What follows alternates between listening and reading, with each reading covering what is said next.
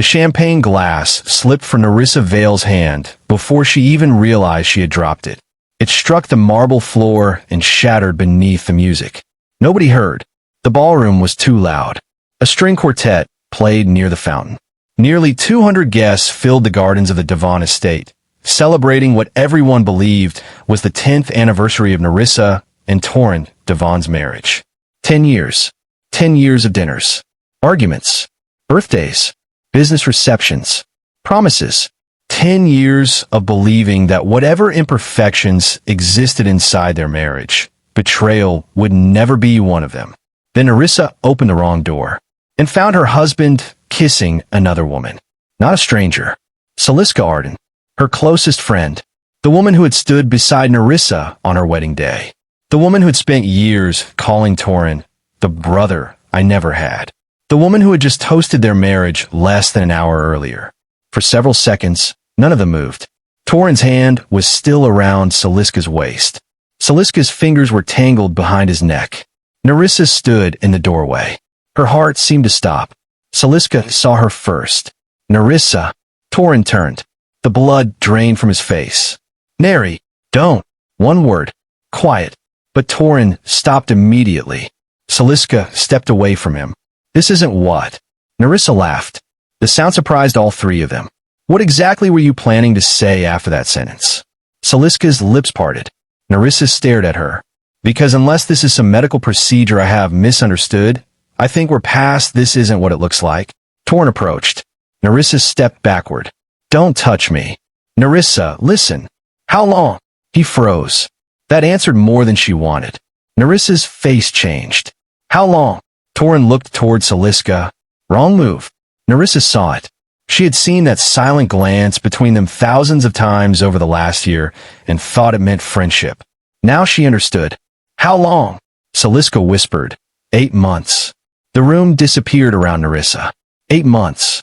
8 months of breakfasts. 8 months of Torrin kissing her goodbye. 8 months of Saliska sitting across from her drinking wine, while Narissa complained that her husband seemed distant. 8 months of wondering whether she had done something wrong. 8 months of being lied to by the two people she trusted most. Narissa nodded slowly. Thank you. Torrin frowned. For what? For answering. She turned. Torrin caught her wrist. Narissa. She looked at his hand. He released her. Please. His voice broke slightly. It was a mistake. Narissa looked at Saliska. 8 months is a very committed mistake. Saliska began crying. Narissa, I never wanted to hurt you. Narissa's expression hardened. Then you've discovered an extraordinary way to show restraint. She walked away. Torrin followed her into the corridor. Narissa. People near the ballroom doors began looking. She didn't care. Narissa, stop. She did. Turned. What? Torrin glanced at the guests. Not here. Narissa stared at him. A bitter smile appeared. That's what you're worried about. No. You're worried people will see. Narissa. 10 years, Torrin. His face collapsed slightly. I know. No. She shook her head. I don't think you do. Her voice lowered. I gave you 10 years. Every time your business collapsed, I stayed. Every time your family treated me like I had married above myself, I stayed. Every time you disappeared for weeks and told me you were fixing another problem, I believed you. And when I thought something was wrong between us, I blamed myself before I blamed you. Torrin looked devastated. Narissa. And she knew that. Narissa looked toward the closed room behind him.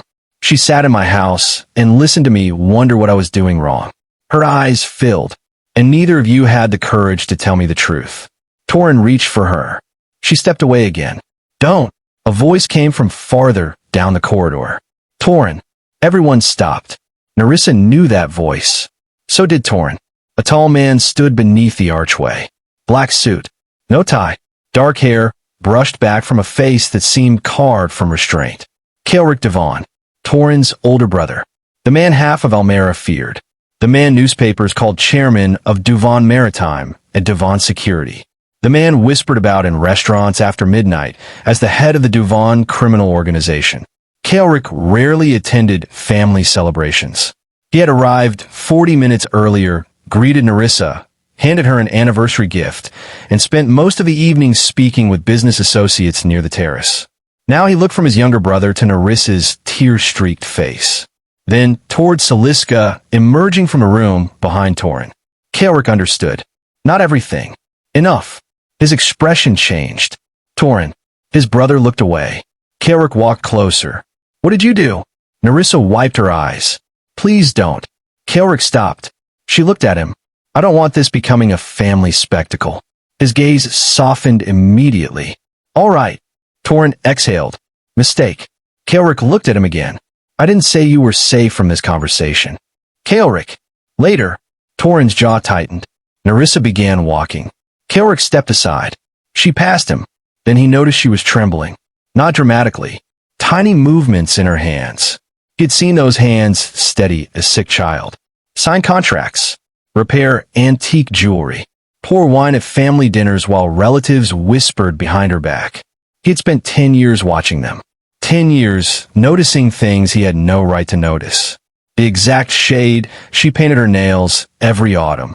The way she rubbed her thumb against her wedding ring when nervous. The tiny scar on her left index finger.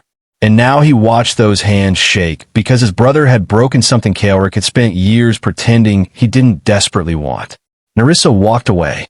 Kaelric did not follow. Because loving her had taught him one thing long before she ever knew.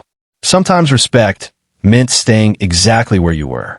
But Torin Devon had no idea that his older brother had loved his wife silently for years. Nerissa had no idea either. And if she had, she would have considered it impossible. Because Kaelric was the coldest man she knew. The man who never married, rarely dated, never discussed feelings. A man whose enemies believed he had no weakness. They were wrong. He had one. And 10 years earlier, his brother had married her. The betrayal that anniversary night did not create Kaelric's love. It merely destroyed the reason he had spent a decade refusing to speak about it. 3 hours later, Nerissa sat inside the guest room of her own house because she could not bear entering the bedroom she shared with Torin. Her wedding photographs remained on the hallway wall. Everyone now felt like evidence for somebody else's life. She had changed clothes, washed off her makeup, taken off her ring. It rested on the bedside table. She stared at it. Then somebody knocked. Nerissa. She recognized Kaelric. She considered pretending she was asleep. Instead, she said, "Come in." The door opened. Kaelric entered carrying a cup. Tea. Nerissa looked at him. I don't want tea. I know. Then why bring it? Because I didn't know what else people bring to disasters. Despite herself, she laughed. A tiny sound. Kaelric looked relieved. He placed the cup down. May I sit? She gestured toward the chair. He sat. Not beside her. Across the room. That was Kaelric. Always controlled distance. Nerissa wiped her cheeks. Did Torin tell you? Enough. Did Saliska? No. Did you threaten him? Kaelric paused. No. She narrowed her eyes. Should I ask whether you're telling the truth? I suggested I was disappointed. What does that mean in Mafia Boss language? Kaelric almost smiled. He's unharmed. Kaelric, Torin is my brother. That doesn't answer anything. He's alive. She laughed again, then immediately started crying. Kaelric's smile disappeared. Nerissa covered her face. I'm sorry. For what? This. You're apologizing for crying in a room where you're alone? You're here. I can leave. No. The word came quickly. Kaelric stayed. She looked at him. Why did he do it? Kaelric was silent. You're his brother. I don't live inside his head. You know him better than anyone. Knowing someone doesn't mean understanding their worst decisions. Nerissa stared at the ring. I keep trying to find the moment. What moment? When I stop being enough. Kaelric's expression hardened. Nerissa. She looked up. Don't do that. Do what? Take his betrayal and turn it into evidence against yourself. Her eyes filled again. He chose someone else. Yes. Doesn't that mean something? It means Torin made a choice. About me. No. Kaelric's voice became firmer. He made a choice about who he was willing to become. Silence. Nerissa stared. Kaelric continued. If he was unhappy, he could have spoken. If he wanted to leave, he could have left. If he wanted somebody else, he could have ended the marriage before touching her. He had options. He chose deception. That is not proof you were lacking something. Nerissa swallowed. You sound very certain. I am. Why? Kaelric went still. Because I have spent 10 years watching you. Because I knew what my brother had before he understood it. Because I have sat across from you at every family dinner and pretended your laugh didn't matter. Because I once bought a house simply because the terrace reminded me of the place you said you wanted to visit. Because you married my brother 3 months after I realized I loved you, and I buried that fact so deeply I nearly convinced myself it was gone. Kelrick said none of that. Instead, because betrayal does not become justified because the person betrayed is imperfect. Narissa looked down. Thank you. Kelrick stood. If you need anything. She laughed softly. You people keep saying that. You people. Devons. He raised an eyebrow. Torin used to say the same thing. Kelrick became serious. Then I won't. Narissa looked at him. What will you say? He thought. Ask. For what? Anything. And if you don't want to do it, I'll tell you. She smiled faintly. That sounds unusually healthy for your family. Don't spread it around. He left.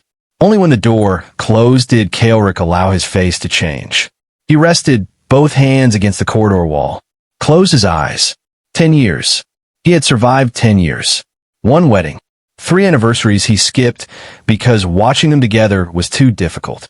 2 miscarriages Narissa endured privately, while Kelrick sent flowers anonymously because anything more would have been inappropriate. A year when Torin's business nearly collapsed and Narissa's sold property inherited from her mother to save it. Countless family dinners where Kelrick sat across from her pretending he didn't understand why every room seemed brighter when she entered.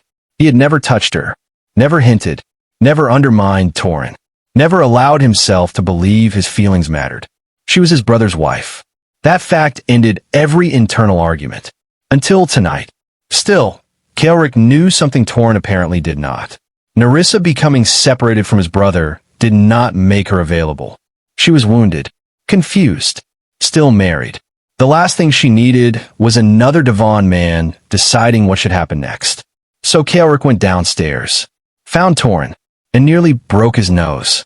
Not literally, though it was close. Torin stood alone in the study. You've always wanted this. Kelrick stopped. What? Torin laughed bitterly. Don't pretend. Kelrick closed the door. You're drunk. I've seen how you look at her.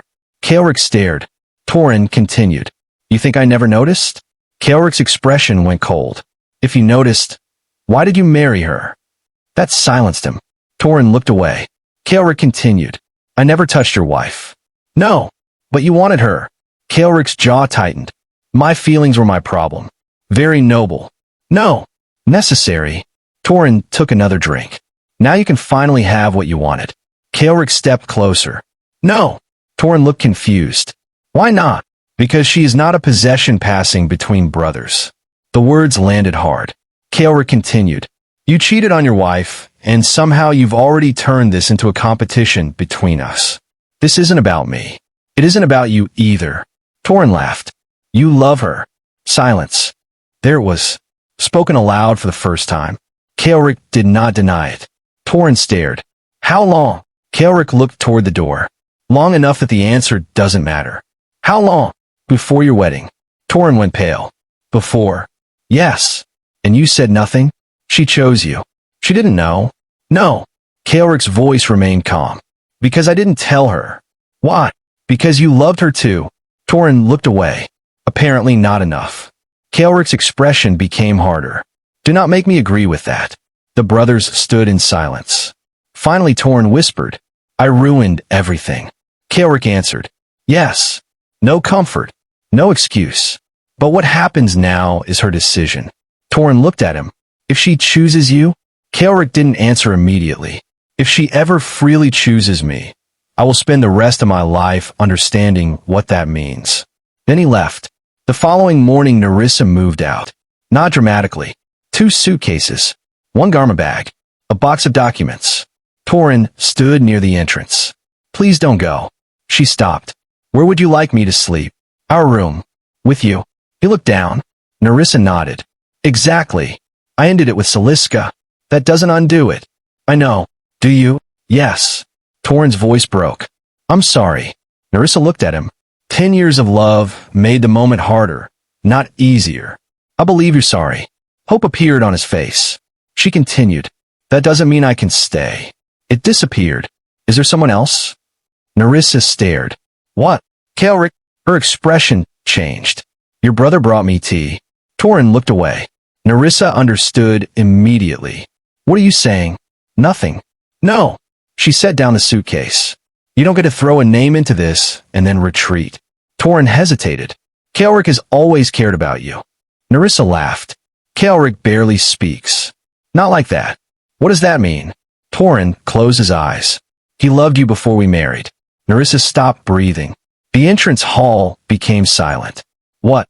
He never told you. No. He told me last night. Her face changed. Why? Because I accuse him of wanting this. You accuse him? Narissa stared. You betrayed me and then accuse your brother of benefiting from it. Torin looked ashamed. Yes. She shook her head. This family is unbelievable. She picked up her suitcase. Narissa. No. She walked out. Not toward Kaelric. Toward herself. She rented a furnished apartment overlooking the old quarter of Valmera. Small compared with the Duvan estate. Quiet. Hers. For the first week, Narissa barely left. Then reality arrived. Lawyers. Financial statements. Property division. Questions about whether she wanted reconciliation. Calls from Saliska she ignored. Messages from Torin she read and did not answer. And one message from Kaelric. Torin told me what he said. I'm sorry you learned that way. I will not contact you again unless you ask me to. Narissa stared at it for nearly 20 minutes.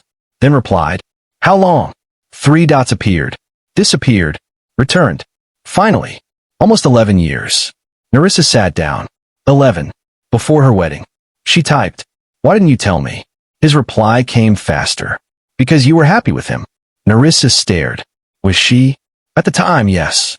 Torin had been charming. Funny. Warm. Everything Kaelric wasn't. She had noticed Kaelric, of course. Everyone noticed him. But he intimidated her. He attended the same dinners, but rarely spoke. Once, when Narissa's car broke down, Kaelric arranged repairs before she even asked. She thought he was simply efficient. At her wedding, he had handed Torin the rings. She remembered his face now. Controlled. Almost expressionless. Had that been pain? Narissa put down the phone. For several weeks, she avoided him. Not because she was angry. Because she didn't know what to do with the knowledge. Then life forced them together. Narissa co-owned a jewelry restoration studio called Vellum and Stone with an older craftsman. She returned to work 2 weeks after moving out. One afternoon, someone entered while she was examining a damaged sapphire clasp. She heard footsteps. Looked up. Kaelric. He stopped near the entrance. I can leave. Narissa removed her glasses. No. He waited. She pointed toward the chair. Sit. Kaelric did. For a man feared by half the city, he looked strangely uncomfortable. Narissa almost smiled. You're nervous. No. You absolutely are. I came because Mrs. Vellerin asked me to bring this. He placed an antique jewelry box on the table. Narissa recognized it. The clasp had broken years earlier. Convenient. What? Mrs. Vellerin could have sent a driver. Kaelric said nothing. Narissa looked at him. You wanted to see me? Yes. Then say that. I wanted to see you. Her heart shifted unexpectedly. She hated it. Too soon. Too complicated. Narissa sat. Why did you never tell me? Kaelric stared at the workbench. You were with Torin. Before him. You already liked him. You didn't think I should decide? That question struck. Kaelric looked up. You're right. Narissa hadn't expected agreement. I told myself silence was honorable. Was it? Partly. And the other part? Cowardice. She stared. Kaelric Devon, admitting fear, felt almost unnatural. He continued. If I told you and you rejected me, I lost something I never had. If I said nothing, I could pretend there was still some universe where... He stopped. Narissa softened. Where what? His eyes met hers. Where you chose me. Silence. Narissa looked away first. That isn't fair. I know. I'm still married. I know. I still love Torin in some way. I know. That doesn't make sense. It doesn't need to. She looked back. Kaelric continued. I did not come here to ask for anything. Then why did you come? He thought. Because you asked me to sit. Narissa laughed despite herself. That became their beginning. Not romance. Conversation. Kaelric did not pursue her. That would have been easier. Instead, he became present. If she called, he answered. If she didn't, he remained silent. When her lawyer discovered Torin had used marital funds to pay for a property Saliska lived in, Kaelric did not interfere. He asked, "What do you want?" Nerissa smiled bitterly. "You've been talking to Deshanver?" Kaelric frowned. "Who? Never mind." She laughed, then said, "I want the lawyers to handle it." "Done." "No." Kaelric stopped. "Not done by you, right?" She looked at him. "I don't want another powerful man fixing everything." "I know. Do you?" "Yes." He sat back. "Then I will make an excellent cup of coffee and stay out of your legal proceedings." "You make terrible coffee." "I employ people who make excellent coffee." "That sounds more accurate." Months passed. Nerissa began healing. Slowly. She had good days, then terrible ones. One afternoon, she saw Saliska outside a cafe and nearly fell apart. Another day, she signed preliminary divorce papers and cried for hours because legal clarity did not erase 10 years. She missed Torin, then hated herself for missing him. Kaelric never mocked that. When Nerissa confessed it once, he said, "You love the man you believed he was." "He was that man sometimes." "Yes." "Does that make me stupid?" "No." "Why?" "Because love does not give people access to the future." She looked at him. "You say things like you've been divorced 7 times. I've never been married." "Exactly. I observe. You brood." "Also true." Halfway through the year, Torin asked Nerissa to dinner. She accepted. Not reconciliation. Closure. They met at the same restaurant where he proposed 12 years earlier. Torin looked older. Not physically. Emotionally. "I stopped seeing Saliska." Nerissa nodded. She moved away. "I know. I've been in therapy." Nerissa nearly laughed. "Torin Devon? I deserve that." "No." She smiled faintly. "I'm surprised." "So it was the therapist." For the first time, they laughed together. Then silence returned. Torin looked at her. "Are you happy?" "I'm getting there." "With Kaelric?" She stiffened. "Why does everyone keep making my life about which Devon brother I'm attached to?" Torin winced. "Fair." Nerissa continued. "Kaelric is my friend. For now." She stared. Torin shook his head. "Sorry." "No." Nerissa leaned forward. "You've always known?" "Yes." "Why didn't you ever tell me?" Torin looked down. "Because I was jealous." Her expression changed. "Of him? Since we were children?" "That makes no sense." "It does inside my head." Torin sighed. Kaelric was always the one people respected. He inherited responsibility. Father trusted him. Men listened when he spoke. "I was the charming brother. The easier one. When you chose me." His voice broke slightly. It felt like the first time I had won something he wanted. Nerissa went completely still. "That is one of the worst things you've ever said to me." "I know. Was I a competition?" "No." "Then why would you say that?" "Because I loved you." Torin swallowed. "But part of me also loved being chosen over him." Nerissa stared. "And when marriage became ordinary, I stopped appreciating what I'd won." Her eyes hardened. "I am not something either of you wins." "No." Torin nodded. "You're right." He looked at her. "I think that is the biggest thing I failed to understand." Nerissa became quiet. "I forgive you." Torin's face changed. "Hope." She saw it. "No." The hope disappeared. "I forgive you because I don't want to carry anger forever." "That isn't the same thing as wanting you back." Torin nodded slowly. "I understand." This time, perhaps he did. The divorce became final 8 months after the anniversary party. Nerissa stood outside the courthouse, holding the papers. She expected freedom to feel dramatic. It didn't. A little sad, a little quiet, a little empty. She walked down the courthouse steps. Kaelric was waiting across the street. Not with a limousine. Not surrounded by men. Just him. Nerissa stopped. He had not known exactly when her hearing would finish. She had told him only the day. "You waited?" "Yes." "How long?" 2 hours. "Why?" "I had nowhere else I prefer to be." Nerissa's eyes filled. Kaelric immediately became concerned. "Are you all right?" She laughed. "I honestly don't know." "Good answer." He gestured toward the street. "Walk." They walked. No destination. Valmera's old district was busy that afternoon. Fruit stalls. Bookshops. musicians, tourists. Nerissa carried the envelope containing the end of her marriage. Kaelric never asked to see it. Finally she said, "I'm divorced." "I know. Say something." "What?" "Anything." Kaelric thought. "I'm sorry." She looked surprised. "You're sorry?" "Yes. I thought you'd be relieved." "I am relieved you're free from something hurting you." He looked ahead. "But I'm sorry something you wanted lasted." Nerissa stopped walking.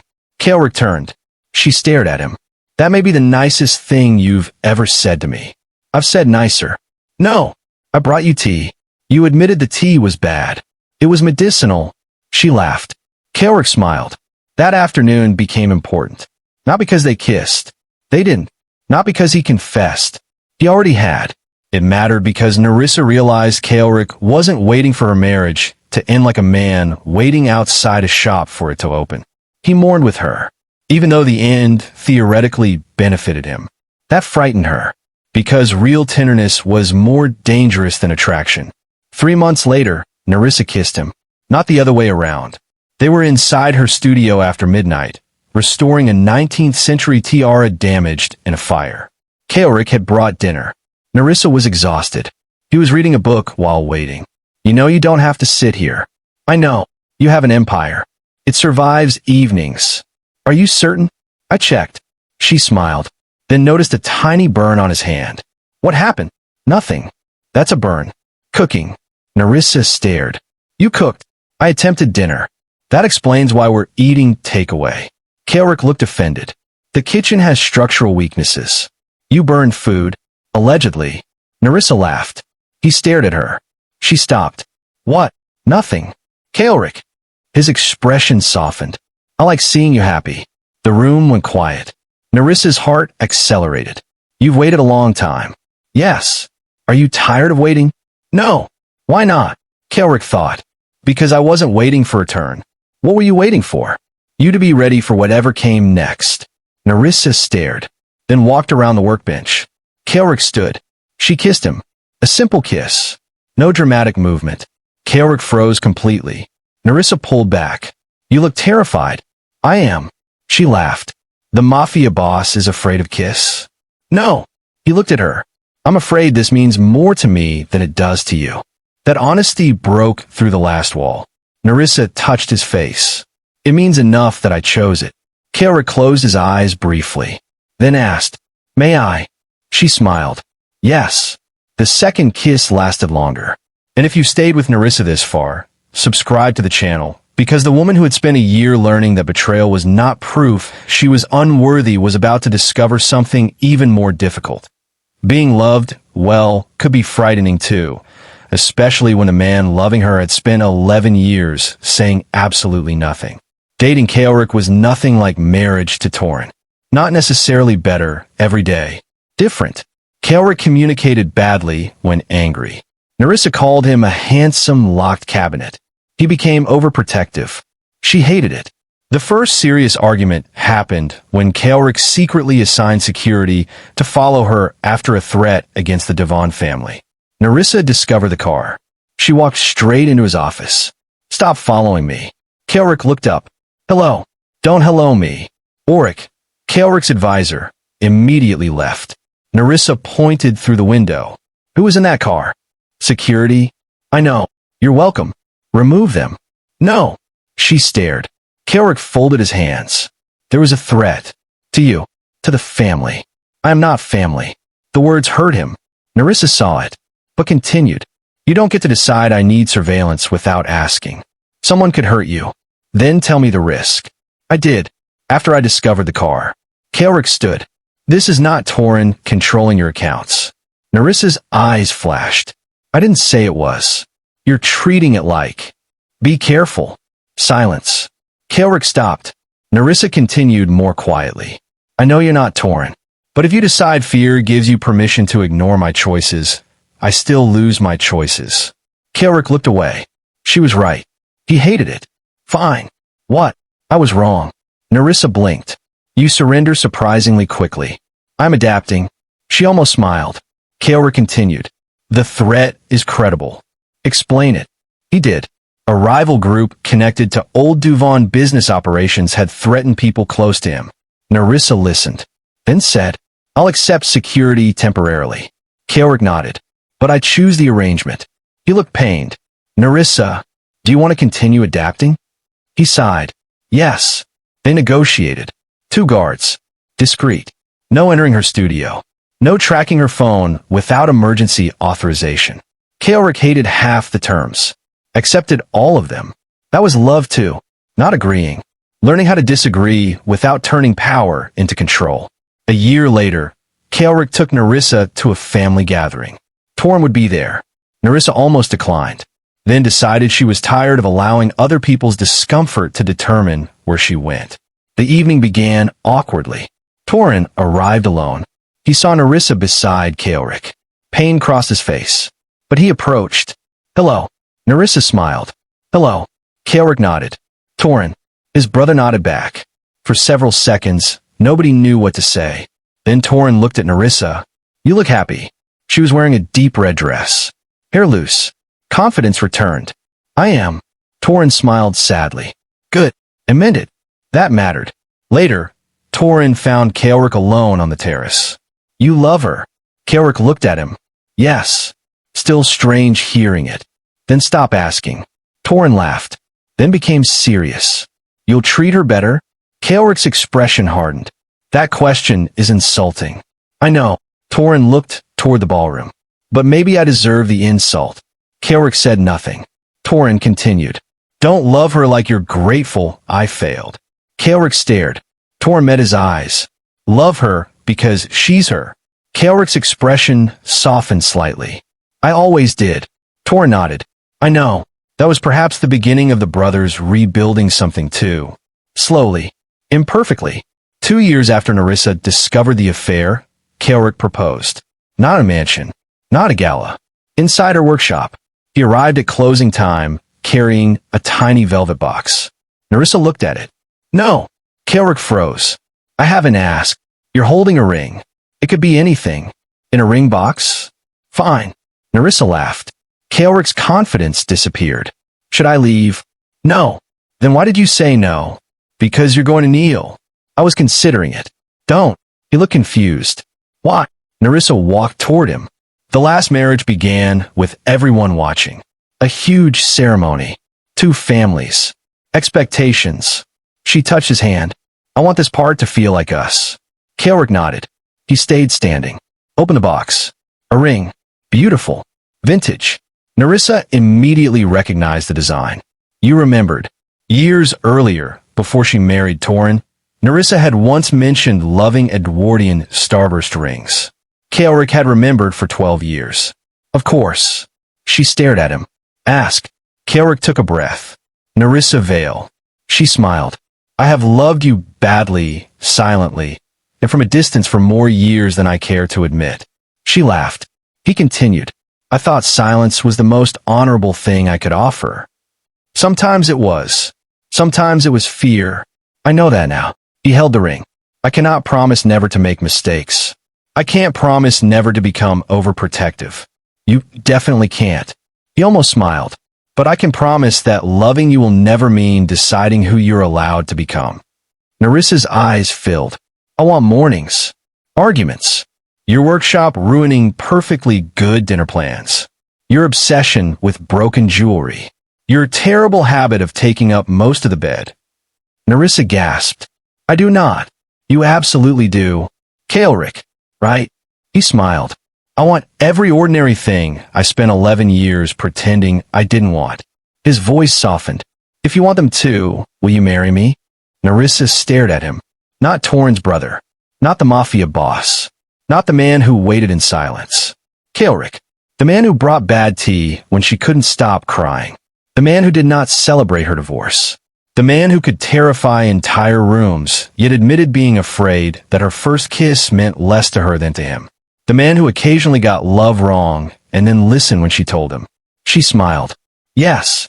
Narissa stared at him. Not Torin's brother. Not the Mafia Boss. Not the man who waited in silence. Kaelric. The man who brought bad tea when she couldn't stop crying. The man who did not celebrate her divorce. The man who could terrify entire rooms, yet admitted being afraid that her first kiss meant less to her than to him. The man who occasionally got love wrong, and then listened when she told him. She smiled. Yes. Kaelric stopped breathing. Say it again. Nerissa laughed. Apparently, every emotionally constipated mafia boss needs reassurance. Nerissa. Yes. He put the ring on her finger, then kissed her. Their wedding took place 7 months later. Small. 40 guests. Torrin was invited. Nerissa made that decision herself. Kaelric didn't object. Torrin attended. He sat near the back. When Nerissa walked down the aisle, he looked away briefly. Not from bitterness. Grief. For the life he could have had. Then he looked back and smiled. After the ceremony, Torrin approached. Congratulations. Nerissa hugged him. Some people would never understand that. She didn't care. Forgiveness did not restore their marriage. But neither did divorce require hatred forever. Torrin looked at his brother. Take care of her. Nerissa immediately interrupted. I take care of myself. Both men looked at her. She raised an eyebrow. Have neither of you learned anything? Kaelric almost smiled. Torrin laughed. Fair. Then Kaelric said, I'll stand beside her. Nerissa looked at him. That I accept. Years passed. Nerissa kept her studio, expanded it, opened an apprenticeship program. Kaelric never bought it. He offered once. She threw a cushion at him. He learned. Torrin eventually remarried too. Much later, after therapy, after rebuilding his own life away from comparison with Kaelric, his relationship with Siliska never resumed. That betrayal remained what it was. A choice. Not destiny. Not proof that he and Nerissa belonged with other people.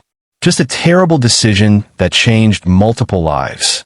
One winter evening, Nerissa sat beside the fireplace at home polishing an antique brooch.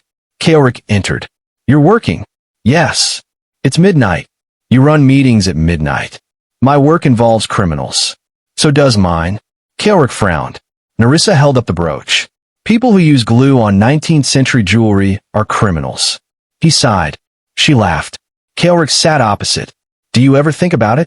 About glue? About Torrin? Nerissa paused. Sometimes. Kaelric nodded. He was no longer threatened by that answer. Love had matured him. Nerissa continued. I think about the marriage. The good things too. Does that bother you? No. Why? Because loving me doesn't require pretending your life began when I finally got what I wanted. Nerissa smiled. Finally got what you wanted? Kaelric realized. That sounded terrible. Very Mafia Boss. He sighed. You know what I mean? I do. She placed the brooch down. Do you ever wish you told me before I married him? Kaelric thought for a long time. Yes. The honesty surprised her. But I don't know what would have happened. Maybe I would have chosen you. Maybe you would have rejected me. Maybe loving Torrin taught you things you needed. Maybe his betrayal taught all of us things we never wanted to learn. Kaelric reached for her hand. I don't need to rewrite the past to justify the present. Nerissa looked at him. That is suspiciously healthy. I've been practicing. She smiled. Then he said, Torrin's betrayal didn't give me you. Nerissa became quiet. No, you gave me you. She squeezed his hand. That was the truth. People loved telling their story as though Kaelric had waited 11 years and finally received Nerissa as a reward for patience. Nerissa hated that version. She was never the prize at the end of two brothers' rivalry. Torrin's betrayal did not transfer her from one man to another. Kaelric's silent love did not create a debt she had to repay. She left because she deserved honesty. She healed because she chose to. She forgave because she no longer wanted anger to control her. And when she eventually loved Kaelric, it happened not because he had waited. It happened because of what he did once waiting was no longer necessary. He respected her boundaries. He learned when his protection became control. He celebrated her work without trying to own it. He allowed her past to exist. He never asked her to erase the years she had loved his brother in order to prove she loved him now. And perhaps the strangest part was that Kaelric's love changed too. For years, he thought loving Nerissa meant staying silent. Later he thought it meant protecting her. Eventually he understood. Love was not silence, not sacrifice alone, not possession. Love was allowing someone to remain fully themselves even when you wanted desperately to become part of their life. One anniversary, Nerissa asked, "When did you first know?" Kerouac looked confused. "That you love me." He leaned back. "Do you remember the winter charity dinner before you and Torrent became engaged?" "Barely. You spent 40 minutes talking to an elderly waitress." Nerissa frowned. "Why?" She dropped a tray. "The manager humiliated her. You found her afterward and helped clean wine off her uniform." Nerissa slowly remembered. "That, yes. You fell in love because I cleaned somebody's blouse." "No." Kerouac smiled. "You had a room full of important people trying to speak with you. And you disappeared into the kitchen because one embarrassed woman was crying." He looked at her. "I thought anyone who noticed the person everyone else had stopped seeing was dangerous." "Dangerous? To me?" Nerissa laughed. "So you avoided me for 11 years? I was extremely successful. You attended my wedding. Terrible day. You smiled. I'm disciplined." She laughed harder. Kerouac watched, still fascinated by the sound after all these years. Then Nerissa became serious. "I'm glad you didn't tell me after I married Torrent." "So am I. You would have complicated everything." "Yes. But after? After what?" "After I left." Kerouac looked at her. "Almost told you that first night." "The tea night?" "Yes." "What stopped you?" "You were crying over your marriage." Nerissa nodded. "You finally developed timing. Miracles occur." She smiled, then rested her head against his shoulder. That became their life. Not a dramatic reward for waiting. Not revenge against an unfaithful husband. Not the mafia boss stealing his brother's wife. Something quieter. A second love built only after the first one was allowed to end honestly. A woman betrayed, but not ruined. A man who loved silently, but eventually learned that silence was not enough. And a husband who caused pain, but later accepted that remorse did not automatically restore what his choices destroyed. If this story kept you watching, subscribe to the channel for more emotional stories about betrayal, hidden love, family secrets, second chances, and the moments when people discover their life is not over simply because someone they trusted broke their heart. And before you go, tell me in the comments which moment stayed with you the most. Was it the anniversary night when Nerissa opened the wrong door and discovered her husband kissing the best friend who had stood beside her at their wedding? Was it when Kerouac quietly told her not to turn Torrent's betrayal into evidence that something was wrong with her? Was it the shocking moment Torrent revealed that his feared mafia boss brother had loved Nerissa silently even before their wedding? Maybe it was Nerissa learning that Kerouac had waited almost 11 years but still refused to pursue her while she was hurting because he understood that her freedom mattered more than his feelings. Or perhaps your favorite moment was when Nerissa finally kissed Kerouac herself, and the man everyone feared admitted that he was terrified because the kiss might mean more to him than it did to her. And what did you think about Torrent? Was Nerissa right to forgive him without taking him back? Would you have invited him to the second wedding? Tell me what you would have done in the comments. And subscribe if you want more emotional mafia stories where love, loyalty, betrayal, and difficult choices collide. Because Torrent thought losing Nerissa meant his brother had finally won something. Kerouac knew better. He had loved her for years, but he never believed love gave him a claim. And Nerissa? She learned the most important lesson of all. A husband's betrayal could end a marriage. It could break trust. It could change the future, but it could never decide her worth. And when she finally chose love again, she did not choose the mafia boss because he had waited patiently in the shadows. She chose him because once she stepped into the light, he stood beside her without ever asking her to become smaller, so he could feel bigger.